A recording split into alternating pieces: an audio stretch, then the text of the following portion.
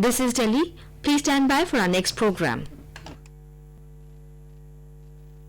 This is All India Radio. You will now hear comments from the press. The Statesman, in its editorial title, Climate Strike, says, "It's been called a climate strike, the like of which the world has never known. Verily the largest worldwide climate protest in history. Swathes of the globe witnessed exceptional and spirited marches on Friday, verily the largest environmental protest in history, with students in the vanguard. Inspired by the teenage Swedish activist Greta Thunberg, the timing of the march was remarkably crucial, ahead of the UN Climate Summit in New York. The meeting of the world body could scarcely have imagined a curtain raiser that was closer to the bone. As millions found their way through the streets of America, Australia and parts of Asia-Pacific countries, shrilling for action to save the planet, a dire signal must have been emitted to the likes of Donald Trump, who as yet has not been party to the agreement to curb global warming. Protests inspired by Thunberg have been planned in and around 150 countries as people demand that world leaders take immediate action to limit the harmful effects of man-made climate change. British students are preparing to walk out of lessons and lectures, and adults are being encouraged to join them as they go on strike. "This is what democracy looks like," was the war cry of thousands as they marched through Parliament Square. It is fervently to be hoped that the stirring message will resonate in the echo chambers of the United Nations General Assembly, which reconvenes on Monday, and not least at the venue of the next climate conference.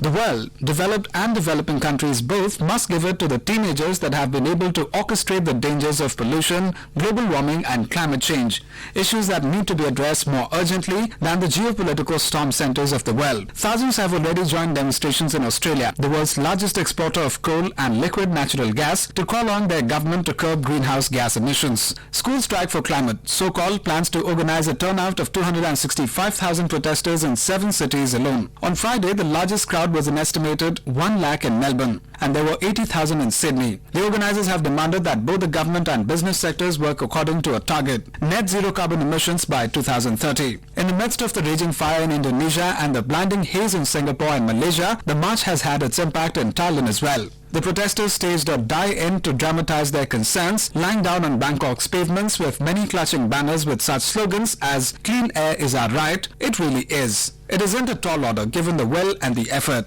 The Asian Age, in its editorial title, Answer the Children, writes, "Nothing happened twice." That was how a critic summarized Waiting for Godot, Samuel Beckett's 2-act drama that symbolized the theatre of the absurd. The elderly may be willing to play along with the absurd and will wait even twice even if nothing happened. Sorry, the young world would have nothing of it. 4 million students walked out of their classrooms to the streets in cities across the world on Friday, demanding that the politicians listen to scientists on climate change and act. The trigger came from schoolgirl Greta Thunberg, who sat outside Swedish Parliament asking a simple question: "Why should I go to school when facts don't matter to you lawmakers?" The very idea of being in school when the future was at stake sounded absurd to her. Now to millions like her. They are not willing to hedge themselves on promises on climate change that have come too many times and been broken too many times. Hence the urgency. Environment is admittedly a complex system, and changes to it too are complex. Much of the changes that damaged environment also helped millions of people out of poverty and afforded them basics in life like food, clothing and shelter first, and then electricity and transport. The process created new jobs too and entered a self-sustaining mode. And the realization now dawns: the process is unsustainable.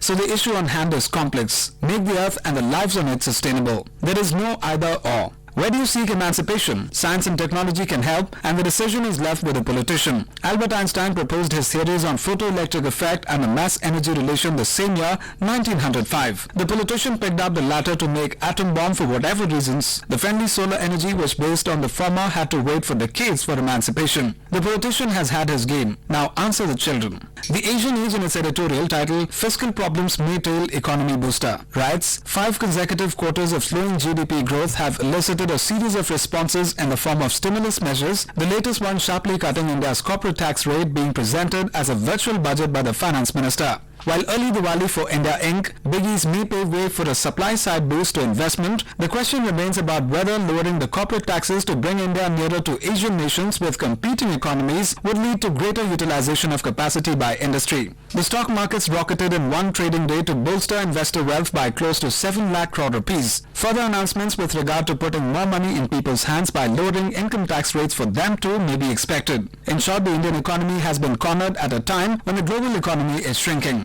Can the economy regain the lost momentum in this scenario is the question. Those were the comments from the press, presented to you by the News Services Division of All India Radio.